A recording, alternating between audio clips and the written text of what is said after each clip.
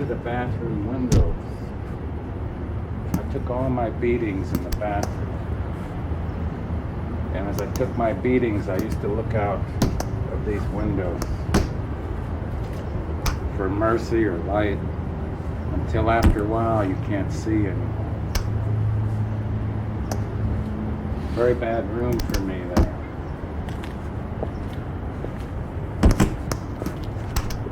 This was my bedroom.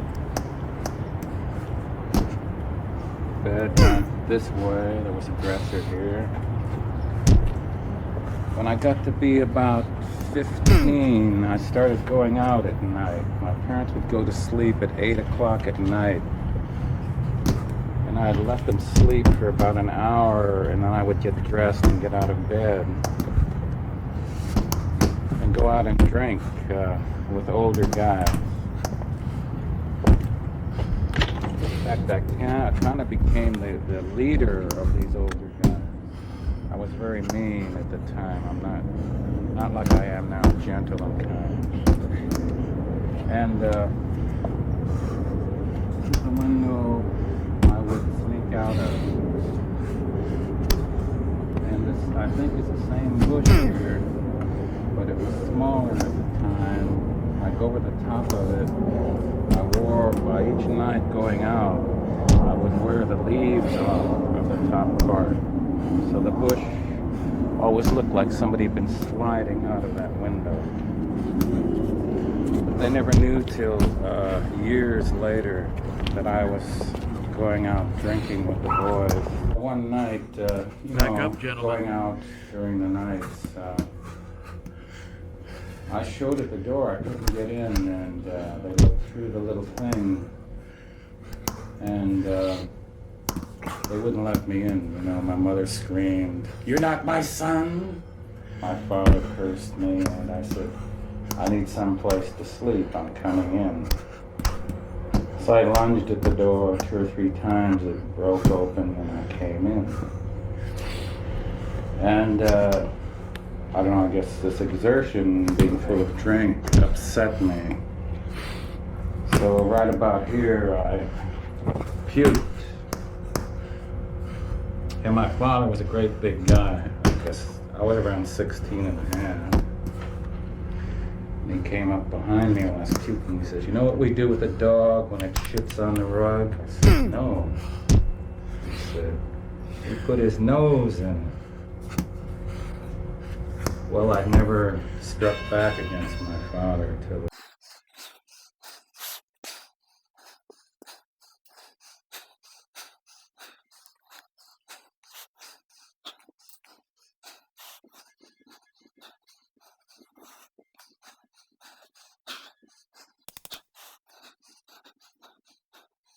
this moment. And I said, "Don't do it, Father.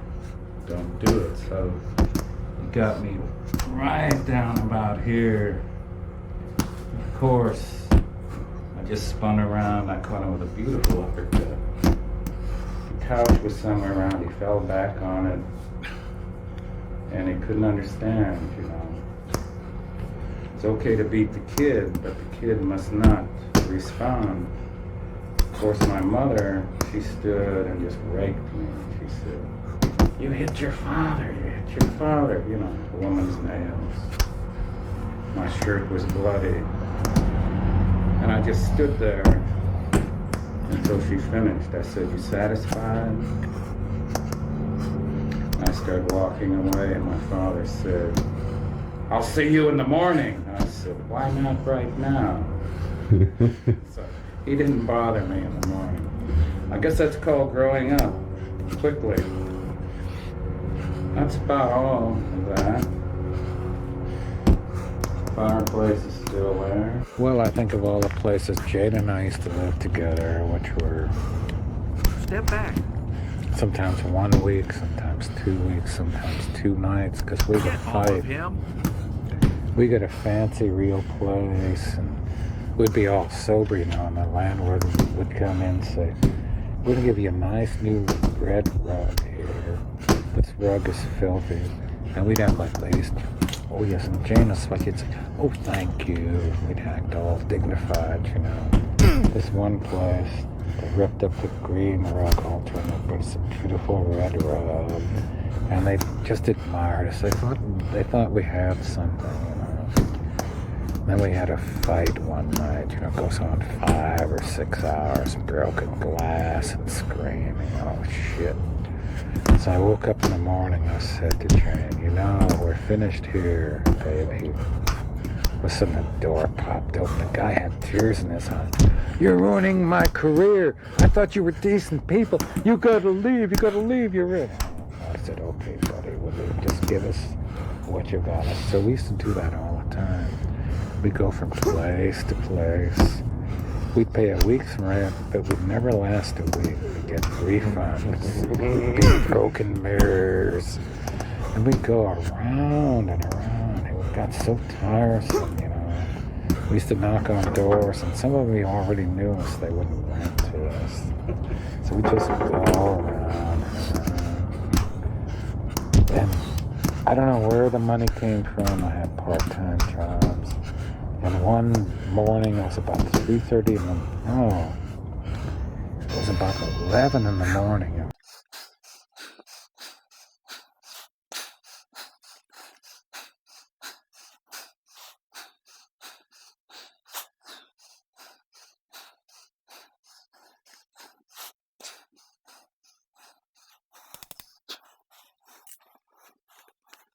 Sunday morning, I said, hey, Jane.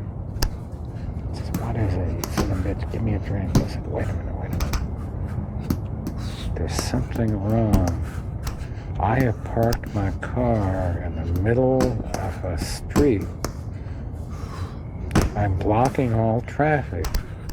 They've hauled my poor car. Oh, bullshit, you said. I said, no, I remember being drunk. We couldn't find a parking space. So I said, I'll just park it in the middle of the street. Oh, bullshit. Well, women always think they don't know what you're thinking.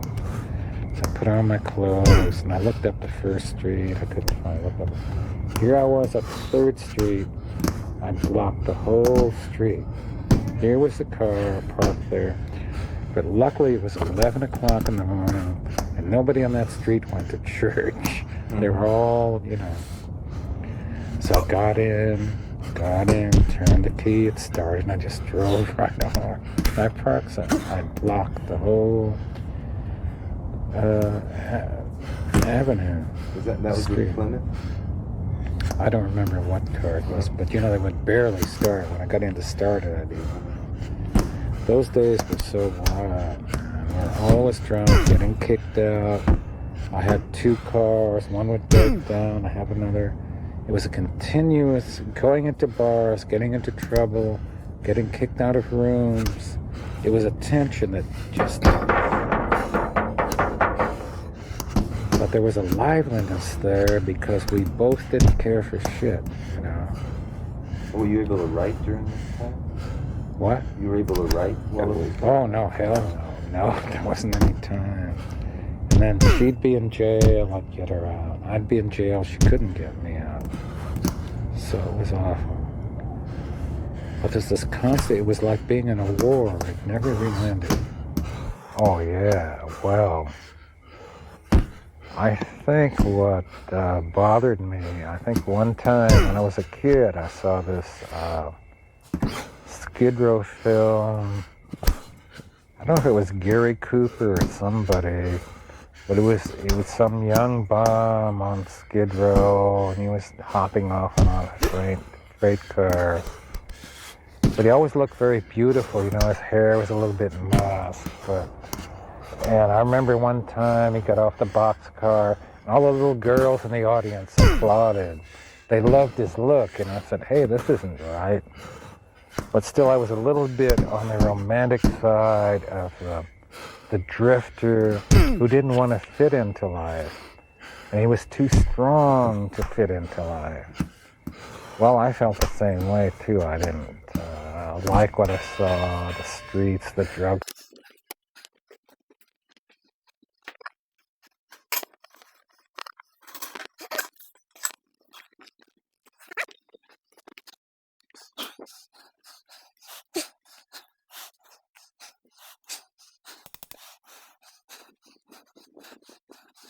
stores, the movie houses. I thought, well, hell, maybe I'm too strong too, huh?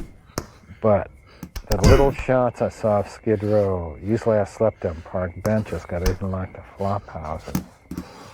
But the guys I saw down there and the guys I saw they have the employment places, you know.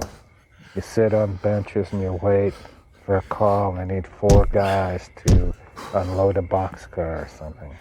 You sit, and while you sit in these places, there are people there, man, they don't even know where the hell they're at. There's a guy going. There's another guy going, well, fuck, I can't. Another guy going, you know, they're all, these aren't the beautiful people down. Get off of him. Like this film we saw, I won't name it. And you know, they're pushing them and they're all singing little and they're playing with guitars. And they're all talking about the problems. They have little bonfires. There's none of that. They're completely mad and they're almost like cockroach people. They're ugly and you just want to get away from them. It's terrible that there's nothing like that movie we saw. There's nothing even near that. I've never seen a Skid Row like that. And you could go down there and search for years, you won't find it. Those people down there, I went there because I wanted to escape. They go down there because they were thrown down there, you see? And you want to escape and you're down with people who are thrown down there. That doesn't feel good either. So then where else do you go? Back to the bottle in a tiny room. And wait.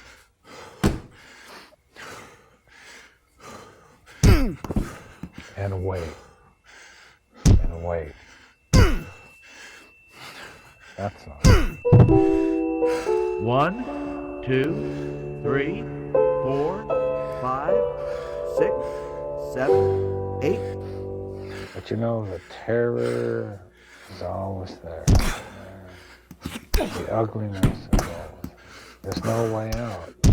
You can get a beautiful woman living with you and she can be more ugly and putting your quarter into a newspaper stand, lifting it up, and taking out the next day's news. There's never any escape from anything at all. It's always going to be burned. There's never any pleasantness, easiness anywhere. You'll be burnt down to the grave. No matter how much you know, no matter how much you feel, you're going to be burnt.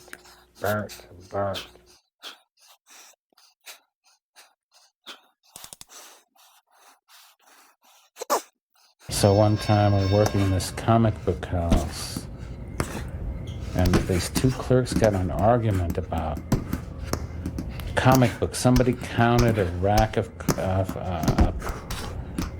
stack of comic books wrong. The other one's arguing about it. I said, Jesus Christ, this job isn't even a comic book house. It's even worth arguing about. Well, it's the first time we heard you speak in a couple of weeks. We all know you always think you're a genius. We know you think you're a genius. We know you think you're a genius. I saw all these teeth come out, all the faces. I wasn't trying to be a genius. I just didn't want to be in a comic book house. I want to be out in a park. I want to be sailing down a river in a sailboat. I wanted anything decent. I could not resign myself to the 8-hour job of nothingness. I could not understand it. That's all. So I bummed and I bummed and I bummed. It was one job after another. It was a park bench. It was a job in Dallas. It was a job in Atlanta. It was a job in Miami. Name the city somewhere south. I've been there. And that's how one day you ended up in Philadelphia. Oh yeah, Philadelphia. First I ended up in New York. Then New York was so bad, I thought, I want to go to a nice, shady, quiet city.